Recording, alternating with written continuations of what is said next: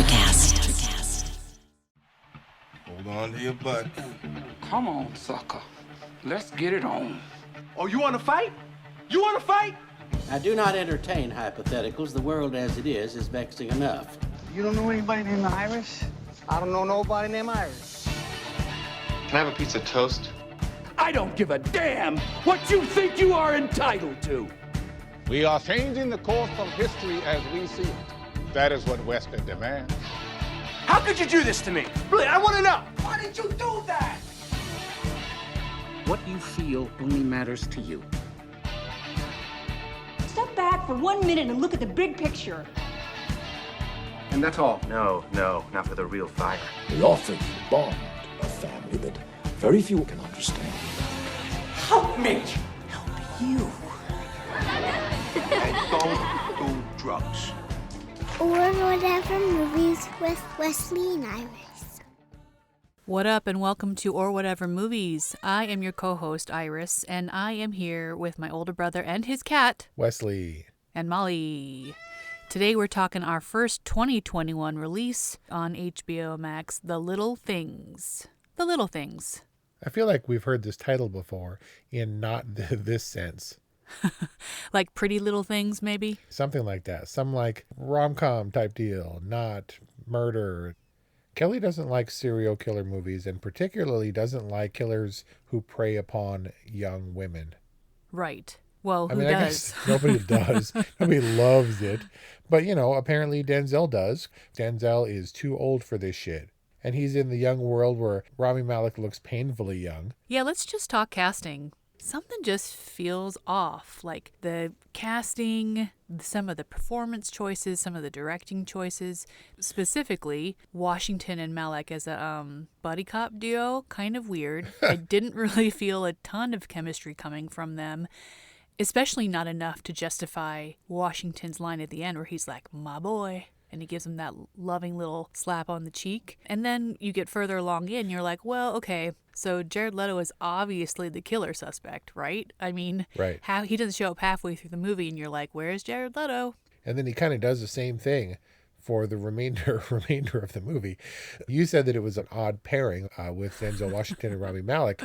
But they didn't like each other at first. It's not that they had animosity. It's just he was like, I'm going to tow your car because I don't have time. You blocked me in, even though I'm going to walk back inside and immediately give a press conference, so it doesn't matter. They were setting up the acrimony, even though it never really paid off. Yeah, they're kind of circling each other, right? But then as soon as Rami Malek finds out that Denzel Washington is Deacon so-and-so, and they're like, he's obviously got some real history that precedes him, he's like, no shit. And then he kind of changes his tune. Well, you're looking for who the characters are. And Denzel Washington can definitely play a bad dude. He was a bad dude in Training Day, and he's got that ability. But when he's sad Denzel or contemplative Denzel, he's not going to be the bad guy. But I wrote down in the notebook, Rami Malek is the baddest guy. Like, he was so obviously a bad guy to me and then wasn't. He was badass, but he wasn't like a bad guy. He wasn't like a serial killer. I was like, this guy is totally, he is the next Bond villain. And I'm like, he's totally the bad guy. Until you see Jared Leto, who is the prototypical bad guy, right? He's all slimy. And so you get this weird, I guess it's a cat and mouse game, right? Because Jared Leto's character is obviously smart.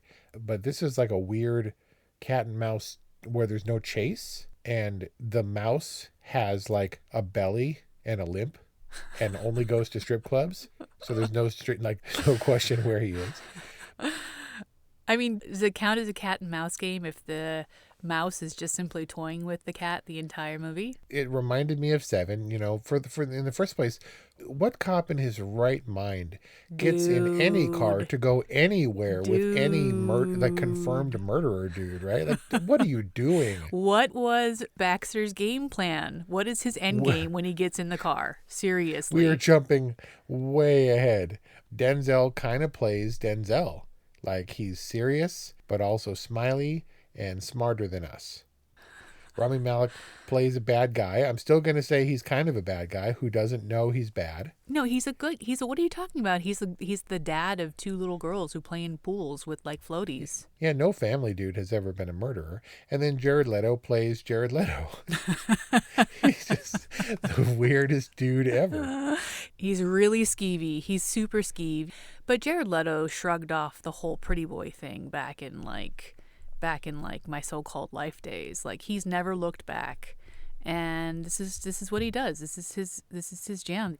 And I got no problem with that. I mean, he was a pretty boy in Fight Club until he was not a pretty boy anymore in that movie. So, I mean, Jared Leto was no surprise to me. As much as I loved Ramin Malek, as much as I liked as much as I liked Rami Malek in Bohemian Rhapsody, because you can't talk about him without talking about that incredible performance. He's really chewy in this and kind of strange. And it's not entirely his fault. I think he was maybe a little bit miscast. I think he's a little young to be like a hardened hotshot cop. And in the direction, they kind of hold on him for a long time and give him strange angles to emphasize his strange features. Like, there's just something kind of off about him, which I could see would lead you to think that maybe he's the bad guy, but he's certainly not the bad guy. I mean, he's a really misguided hero, I think, in this. We had a lot of weird angles, and I had a lot of questions about how this movie was shot, and I felt like they were trying to misdirect us or focus our attention on his car for some reason when it didn't have anything to do with his car or whatever. Who? Baxter's car?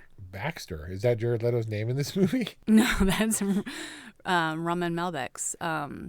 No, Jared Leto's green car. Is that what you're talking about? Yeah, probably. But I mean, it's true. Roman Melba does have a weird face, and to hold on it, you're trying to find answers in it. And I'm not sure, maybe he's expressive or whatever, but I don't think that he has the soul that Denzel Washington has for the most part. He's gotten a little bit chewy himself. Yeah, in his older age. Literally. Like, doesn't he do a weird chewy mouth thing? Yeah. It's like an old dude thing. He's like chewing something that's hard to swallow, and then he swallows it, and then he smiles because he's proud that he swallowed it. And then there's like the scene chewiness where he's like really thinking about something, and you're like, what is he thinking about? And then the other cop is like, just let him do the Deke thing because Deke's got his ways. Yep. And Rampart Mumbles had something to learn from him. Well, he certainly brings him in, right? Baxter is like, all right, so I could use you, Deke, because this one's really got me stumped. So why don't I bring you back into the fold, learn a little something about you, and basically give you the permission that you need in order to dabble where you once were but have since been excommunicated from. Yeah, and so we're supposed to question right off the bat, right? What happened to him? We're obviously what busted him down. Why is he still, just a deputy? When he was the genuine article back in the 80s. Yeah, I guess in the 80s because this takes place in 1990, right? Yeah, this takes place in 1990. And I think the whole reason that this movie was set in the 90s is so that the final sequence could work, so that Rami Malek would be on his own without a cell, and he couldn't tell Denzel where he was. Hey, you got his name right. Ramin Malek? That was just my, not my mnemonic, but that was like my pronunciation reference. That whole final sequence couldn't have happened post-cell phone era, and I couldn't really think of another reason why this be set in the 90s. I can tell you why it was set in the 90s. Why? Because it was written for at that time. Our writer, Hancock, right. He wrote it right after he wrote Clint Eastwood's A Perfect World with Kevin Costner. And then it just kind of sat around. And a bunch of, so many randos were attached to direct this movie at one point or another. Steven Spielberg, Clint Eastwood himself, Danny DeVito. I wouldn't exactly call them randos, but that's a little weird, yeah. It's a little bit weird how different they would be and how different their takes would be. I mean, we're talking about the director of Death to Smoochie and Saving Private Ryan. Right? Danny DeVito directed Death to Smoochie, right? I trust you on that one. This felt like a 90s cop movie to me. Cop who has been kind of sidelined. And then you had the weird, bad, but not quite bad counterpart. And then you had the real bad guy. Well, Jared Leto's character is the villain, but I wouldn't say he's the bad guy. Well, he's not a bad guy because he's quirky and weird and funny. But he's not the killer. How do we know that? So we're saying that that Rami Malek is at home with his kids in his pool and believing that he did the right thing, or learning to live with himself for what he did in the same way that Denzel Washington did, but they never solved the case? They never solved the case. The other government agency came in, took it over, or were looking for exactly the same profile as Jared Leto, but there was no proof that Jared Leto was the killer. Even though he knew the details 8 years before when he confessed to a murder, apparently despite having a watertight alibi of being 10 miles away. Yeah, he was just an attention seeker, crime aficionado weirdo. But details don't mean admission of guilt. Because I took from that he knew things that no one else could have known. He wasn't the killer? That's kind of annoying for me. I mean, it's possible that the killer, whoever that might have been, and Leto were the MacGuffins of this movie. This was a movie about partnership and honor and the law, and I'm not saying that worked for me, but I mean, this really wasn't about the killer, let alone Leto. Let alone Leto. Did Leto have a master plan where he was going to corrupt the by-the-book, by-the-numbers cop and get him to kill him, and hopefully frame him for the crime, allowing that he knew by some omniscience that Denzel Washington was going to come down the lane and catch him and try to arrest him? No. He just had time and got sadistic pleasure from toying with cops. That was it. But Rami Malek believed that he was the killer, because when Denzel was like, hey, cover up this crime so we can all go about our lives, he didn't. He kept digging graves looking for the bodies that weren't there. That's right. God, for someone... What else could he do? If he's so wholly confident that this dude is the killer, not even going into why he would get into the car with that dude, he turned his back an awful lot. It's not like he searched the car. It's not like he didn't know that he didn't have a gun in there somewhere. It's so frustrating. It's so frustrating. It kind of makes him you kind of hate him a little bit for choosing to get in the car. He's like, you frisked me. You know I'm not armed. It's like, yeah, you have no idea what's in that creepo's car. And you get in and you drive to the middle of nowhere with him. What was his end game? Maybe you Kevin Spacey him and you put him in the cop car behind the cage and you drive, so you're in control, right? We're doing this my way. But didn't you see Vanilla Sky? You don't get into the car when someone else who's obviously crazy is driving. Oh, yeah, because doesn't Tom Cruise get killed? He didn't get killed. He gets maimed, which is infinitely worse. But Denzel Washington either didn't think Jared Leto was the killer or didn't care because it didn't matter. What, at the end? Yeah, because he drove away or whatever and was like, okay, let's just cover this up. Didn't you feel like that whole last sequence in the middle of nowhere where Jared Leto takes Rami Malek, that the timeline of that whole ending sequence was kind of off? Like, didn't it take Denzel Washington an awfully long time to find him if he was like 4 cars back tailing them on the freeway? He drove around at a leisurely pace, and he took his time, knowing that his partner, I guess, if they could be partners, was seen in the car driving off with the killer. You know, it was enough. He was shocked enough that he dropped the coffee, ran into the car, and floored it. And he followed him from a respectful distance. But, you know, you'd think he'd be tearing around. What if his partner was in danger and he took him hostage and Jared Leto was going to take him out into the desert to kill him, right? You rammed that fence and you charged down the road. And even then, pulling up to the scene, he didn't, stop the car and check it out from the ridge and assess the danger. And he didn't go plowing into the scene. He just kind of leisurely strolled into the scene. So either Denzel Washington didn't think that Jared Leto was the killer or he didn't care, but even he knew better than to mess around with him when Jared Leto pulls up after that weird cat and mouse game on the freeway where they kept pulling up opposite each other. Even he had his gun just out of eye level at the ready, and they were in different cars. You don't get into the same car with a killer. That's madness. Yeah, he was kind of prepared for the worst. Whereas was Rami Malek just like so driven and crazed by this case and wanting to solve it that he threw caution to the wind and was like, all right, let's just like go for it because my safety is nothing compared to cracking this case. Yeah, he must have been determined because, the good, the bad, and the ugly rule still applies. There are 2 kinds of people, those who have loaded guns and those who dig. And for some reason, he had the gun and he was doing all the digging. I think Jared Leto was in coveralls, for God's sake. And he still picked up the shovel and was like, I'm going to take off my suit jacket and throw it into the dirt or whatever. Like, did Jared Leto only have coveralls, or was that was that his uniform at the shop or something? Is that like the only clothes he had? At the appliance repair shop? Yeah. Or whatever. So that... I mean, coveralls, it's probably a good uniform for sitting around and listening to the police scanner. Yeah, and not murdering people. And clipping weird, horrific articles. And so this movie wanted us to try to figure it out, try to get into the intricacy, try to embrace the questions, the weird angles, the motivations. Why are we holding on these people? And you have to care, of course. It reminded me for some reason of Mom when she was selling her pineapple wares.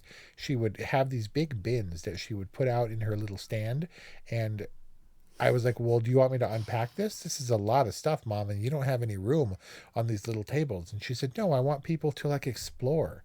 I want them to like look around and pull stuff out and kind of hunt for treasures was the vibe. And no one really did, because it was kind of knick-knacky stuff. And this movie was full of knick-knacky stuff where I didn't want to dig. I was like, you have to make this movie better for me to care and for me to get past all the jargon that was meant to be immersive but was kind of alienating and confusing. But you're basically saying that this was a serial killer rummage sale. Kind of. Because I didn't see any real focus or purpose in carrying us to the end, where I have to admit it was a fairly okay parallel in how they ended up.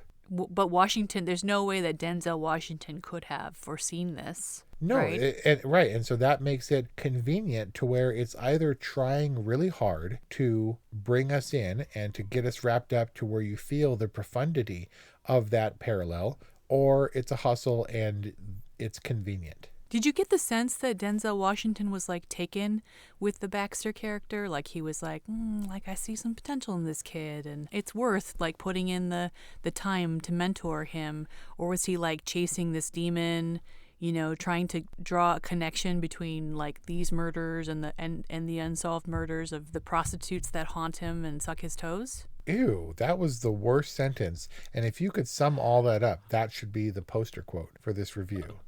There was toe sucking and semen and all kinds of horrible stuff in there.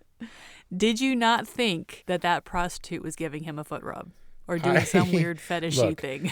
It was another thing that they did, and I kind of saw it coming because this movie played it pretty close to reality for most of it, and then they threw in these, they weren't supernatural, but they were the visions of his process. Quite literally the ghosts that haunted him, the spirits that haunted him of the girls that he wanted to find answers or justice for, and his own problems, which we didn't see until later.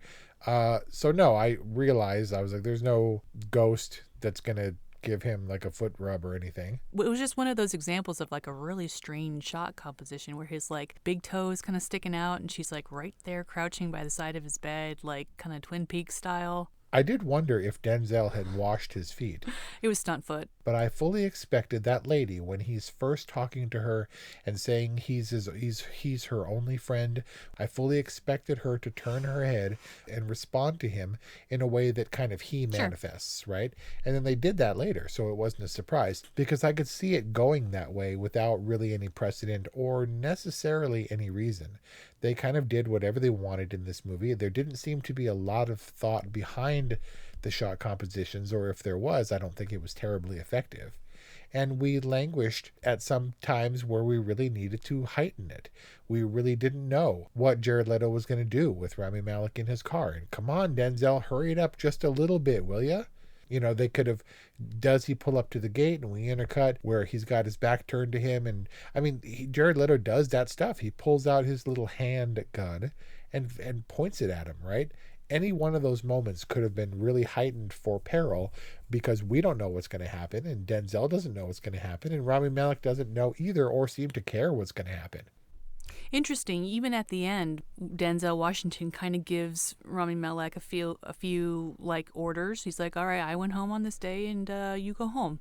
And you don't say anything to anyone ever. And that's it. And they're like, all right, well, see you later. Like, that's another example where they could have kept the suspense, except the filmmakers chose to go in a more meditative, more sedate kind of direction. To answer your earlier question, I think that Denzel viewed the Rami Malek character as his replacement. He knew that this guy had stepped in. He knew that he was the young up-and-comer who was a climber, who had lots of potential, and therefore he took something of a protective role. He had his own motivations for coming down and wanting to see this thing through because it mirrored his past experience that messed him up so much, and he felt that if he could have a hand in helping Rami Malek through this particular leg of the case, he would do that, and ultimately he couldn't have played a more pivotal role than he did in helping him see this thing through to the end. It so closely mirrored his own experience that it was pretty convenient, but he was protective of him in some weird way, despite their initial rough, abrasive meet. So I watched a little bit of the supplemental material where Denzel took the position that Sidney Poitier before him took, which is when he gets to a certain age, because Denzel Washington, believe it or not, is no spring chicken. His first Oscar was the same year this movie was set for Best Supporting for Glory in 1990. He said of Rami Malek and Jared Leto, both kind of newer and upcoming Oscar winners, that it was his responsibility to pass the torch. It was his responsibility to impart whatever wisdom he can, because he would be a fool to think that he could make it as far around the track as they have the ability to do at this point. And I feel like that carried over to this character. Denzel Washington has played the troubled cop several times, but it felt like it kind of mirrored their real lives, where he was the old hand who was well regarded, and for the most part, except for his misstep there with the other case, and he felt protective of this new guy, and then they both went up against a weirdo. It's a profoundly dude movie where dudes are helping other dudes, like inside and outside of the movie. Yeah, and I think it was, so those kind of personal interconnections is what differentiates it from standard cop dramas that we might have seen in the 80s or whatever. This felt like a 90s longer form cop TV show to me, because the pacing and because it took such convenient turns so quickly. I have a thought that I'm hoping you'll explore with me. This idea of The Little Things being a dude bro movie. This beret that Deke gives to Baxter, right? Yeah. So he gives him the beret at the end, and he's like, there it is, the beret we've been looking for. And through the beret and his little note, Deke is able to give Baxter the mercy that he never got, right? He shows him that mercy that maybe he wished someone had shown to him. Except that red beret is like the most non-functional beret for running ever. So that's your argument for this being a dude movie? A woman would never choose that beret to go running in.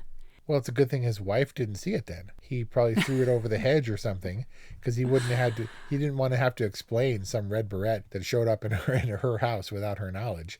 I mean, it was effective because it was huge and it was red and it communicated the idea that Leto was guilty. But that being said, I felt like it was a dude prop choice, probably made by a dude prop person. I mean, who knows? It just felt like a dude choice that didn't really work in a practical sense. And it made me think, like, this is kind of a dude movie where it's all about dudes taking care of other dudes and trying to convict other dudes, and the only women are prostitutes. And there were a lot of prostitutes. It's like, because this is also right around the time that Pretty Woman came out, and apparently the prostitutes were out in force because every woman out in the nighttime was a prostitute. Exactly. I mean, there was the one woman who, is in the coroner's office who's doing the autopsies and stuff, but otherwise all prostitutes. And how come we're not talking about this being a dude movie made for dudes, like we were talking about Wonder Woman being a chick movie made for chicks and being all women empowerment and stuff? I don't know. I guess one of my failings is that I don't see this as being solely a movie for dudes, even though I guess it pretty plainly is. But it wasn't trying to be a dude movie. If it was going to be the dude movie that The Tax Collector was, I think I said this is a movie for dudes, where dudes are strong dudes or whatever, right? All the opportunities they had to ramp up all those dude aspects. Denzel Washington has been a part of that before. He was the man on fire. Maybe it's just him settling into his old age, but it was much more about the politics of being an LA cop right? And how you look out for your bros behind the scenes, and nobody was going to let him as a decorated cop fall as far as being a murderer. They were going to let him protect him and do what they could. So it wasn't like a dude, it was like a dude supporting movie. It was like a dude adjacent movie. All I'm saying is that Baxter getting into Jared Leto's car is the equivalent of Gal Gadot getting out of her car and running down the Egyptian highway. Both of which we ragged on. It's the worst idea ever. And you seriously contemplate. How is this not a dude movie that should be judged on its dude merits? Let's judge it on the dude merits. Because of that poor judgment, you question every other decision he makes in the line of duty. The only reason that I didn't know that guy was bad because of the bad moves he made was because they showed his cute little daughters and his wife. And he was the doting father when he could be, until he was all 1,000-yard stare with the red beret at the end. I don't know. I'm trying to understand why Wonder Woman, because it's helmed by a woman and stars women, is analyzed and judged as a female-centric movie, and why we don't kind of hold the little things to a similar standard. To clarify, I didn't say that Wonder Woman was bad because it was a female-driven movie, but rather because it wanted to hit the beats to embrace the feminist audience that would be looking for those moments. This was a male-centric movie, probably for dudes about dudes, but if they were going for the dude bro moments, they also missed the mark because of questionable choices that they made. It felt disorienting. And then it was a slow build to, I forgot that I was supposed to care about what Denzel Washington's problem was that caused him to remain a deputy. And so I wrote down that I guess the beret thing, the twist at the end, was okay. But was it enough to go through all that? I felt like it was like a custom frosting job on a crappy cake, or like a beautiful centerpiece at a table where you're eating Wendy's or something. Like, it was not enough to make up for all the weird things this movie did. So we should call it All the Weird Things? Bad decisions. Bad decisions cops. Is that LA dummies. These are the honest trailer versions? Yeah. As long as he could be weird and confident. I guess maybe he was weird and confident, obviously talking about the Jared Leto character, because he knew that he was safe. He knew that as angry as he made them, he wasn't going to be convicted of a crime because he didn't commit the crime, I guess. But somebody was committing the crimes and killing all those women. And I mean, they certainly wanted us to believe that Jared Leto was the killer, right? And that he wasn't just some weird rando dude. And they did it in ways beyond the evidence that the detectives uncover. Remember when they're tailing him for that extraordinarily long day where he's just like toying with them? Yes. Knowing that they're following them. And then he like goes to the sandwich shop, and there's like a huge sandwich board sign out front that says roast beef. And there's these like subtle messages that I feel like the filmmakers were trying to convey to really suggest this is our guy, like in a dramatic irony kind of a way too. I thought undoubtedly he was the killer, and I'm even hesitant right now to allow that he wasn't the killer because that's annoying. It wasn't satisfying. This movie wasn't satisfying. So is it an all right frosting on kind of a whatever cake? I don't even know that I would go that far. John Lee Hancock has been around. I don't know that cop movies are his forte. It wanted to be gritty. It wanted to be Training Day. It wanted to be anything. And I think we got the elements, so that I thought this was going to be really dark. We had boobs and murders and murdered boobs. And they didn't shy away from that. And it seems like all the grit that they could have gotten into to really embrace the dudiness of this dude movie, they didn't do. So a whatever frosting on a nope cake? It wasn't a nope. It was just whatever. And overall, the movie needed the tightening pass. It could have been stronger without actually changing the content or the story. If they had just hit those moments harder of paranoia, yeah, we might have been more convinced that Jared Leto was the killer and more devastated when he wasn't. I definitely get the sense that the lack of resolution around Jared Leto's character and the killer, if they weren't one and the same, it has a big part of this being not satisfying to you. It's the little things that trip up a movie for me. It's definitely the little things that make a good movie. And there were a lot of little things that were kind of off about this, and I really wanted to like it. It's a dream cast with a pretty decent concept and some twists that could have made it really interesting. It's kind of got the Little Women problem, where it's a lot of really great ingredients and it's just kind of a canned stew. We agree. A funky one. A funky stew. It's just kind of a funky dude stew. So there you got it. A whatever from Wes, a boring from Iris. As much as I wanted to like this film, debuted on HBO Max on January 29th. Let us know what you think. 818-835-0473 or whatever movies@gmail.com. Just keep digging. Just keep digging. Eventually you will find a good movie. Thank you for listening, and we'll see you next time. Hey there, I'm DC. I host the rock podcast, Back to the Arena, The Interviews. It's about a 30-minute podcast where I talk one-on-one with a band who has released new music. You can find us on all the best podcast sites like Spotify, Apple, Google, iHeartRadio, and more. If you're a rock fan like me, subscribe today to Back to the Arena, The Interviews. Electricast. Hey there, fabulous souls. I'm Stephanie Baclaan. And I'm Eden Alpert. And we're the hosts of the brand new podcast, Unapologetically Fab. Get ready to join us on an amazing and real journey as we dive into life after 40 and own it. We're all about changing the narrative, leaning into who you are, and living a life by your own design. Join us as we embrace life unapologetically and redefine success. This is Unapologetically Fab, an Electricast production. See you there. Electricast.